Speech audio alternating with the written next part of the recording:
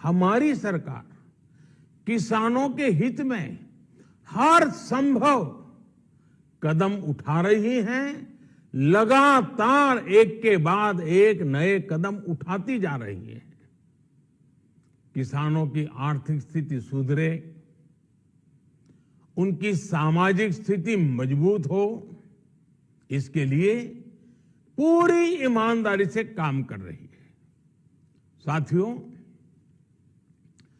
किसानों की स्थिति को सुधारने की इसी महाअभियान में देश में 3 कृषि कानून लाए गए थे। मकसद ये था कि देश के किसानों को, खासकर छोटे किसानों को और ताकत मिले, उन्हें अपनी उपज की सही कीमत और उपज बेचने के लिए ज्यादा से ज्यादा विकल्प मिले। बरसों से ये मांग देश के किसान, देश के कृषि विशेषज्ञ, देश के कृषि अर्थशास्त्री, देश के किसान संगठन लगातार कर रहे थे। पहले भी कई सरकारों ने इस पर मंथन भी किया था। इस बार भी संसद में चर्चा हुई, मंथन हुआ और ये कानून लाए गए। देश के कोने कोने में कोटि कोटि किसानों ने, अनेक किसान संगठनों ने इसका स्वागत किया, समर्थन किया। मैं आज उन सभी का बहुत बहुत आभारी हूं, धन्यवाद करना चाहता हूं।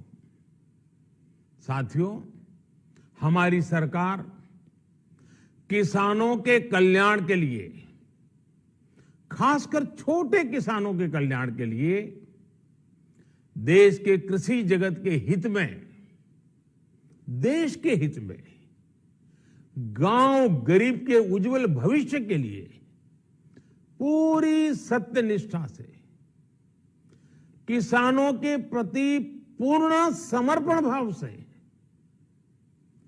नेक नियत से ये कानून लेकर आई थी। लेकिन इतनी पवित्र बात, पूर्ण रूप से शुद्ध किसानों के हित की बात, हम अपने प्रयासों के बावजूद कुछ किसानों को समझा नहीं पाए। भले ही किसानों का एक वर्ग ही विरोध कर रहा था, लेकिन फिर भी ये हमारे लिए महत्वपूर्ण था। कृषि अर्थशास्त्रियों ने, वैज्ञानिकों ने, प्रगतिशील किसानों ने भी उन्हें कृषि कानूनों के महत्व को समझाने का भरपूर प्रयास भी किया।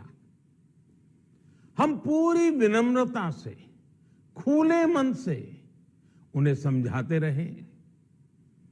अनेक माध्यमों से व्यक्तिगत और सामूहिक बातचीत भी लगातार होती रही। हमने किसानों की बातों को, उनके तर्क को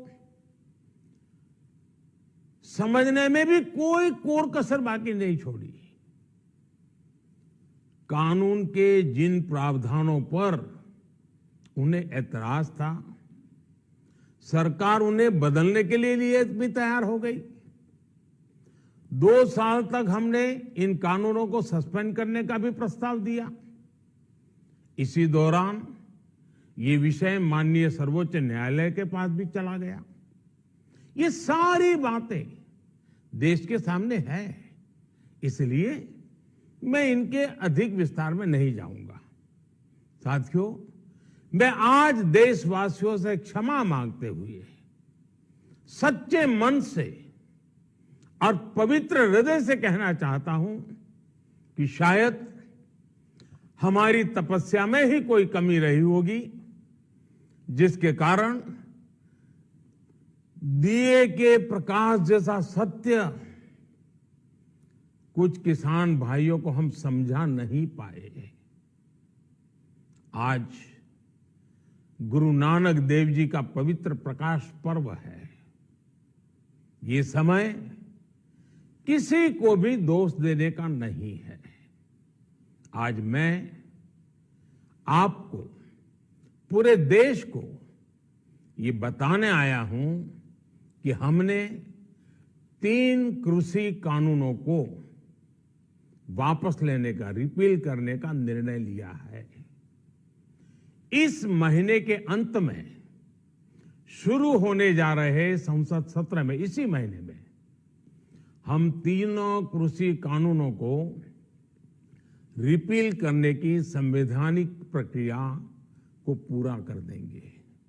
साथियों, मैं आज अपने सभी आंदोलनरत किसान साथियों से आग्रह कर रहा हूं, आज गुरु पर्व का पवित्र दिन है।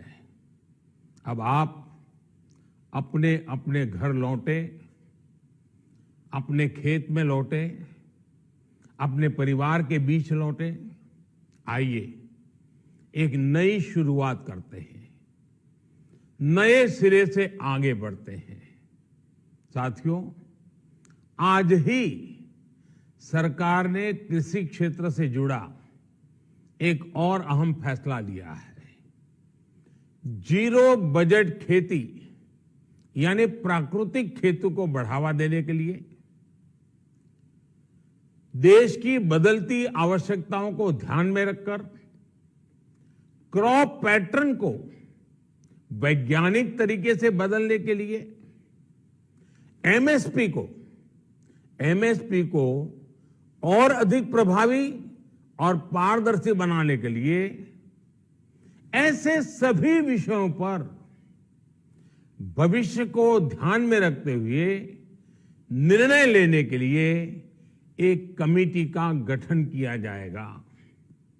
इस कमेटी में केंद्र सरकार, राज्य सरकारों के प्रतिनिधि होंगे, किसान होंगे, कृषि वैज्ञानिक होंगे, कृषि अर्थशास्त्री होंगे। साथियों, हमारी सरकार किसानों के हित में काम करती रही है और आगे भी करती रहेगी। मैं गुरु गोविंद सिंह जी की भावना में अपनी बात समाप्त करूंगा। देहि शिवावर मोहे इहे, शुभ कर्मन ते कबहू न टरो।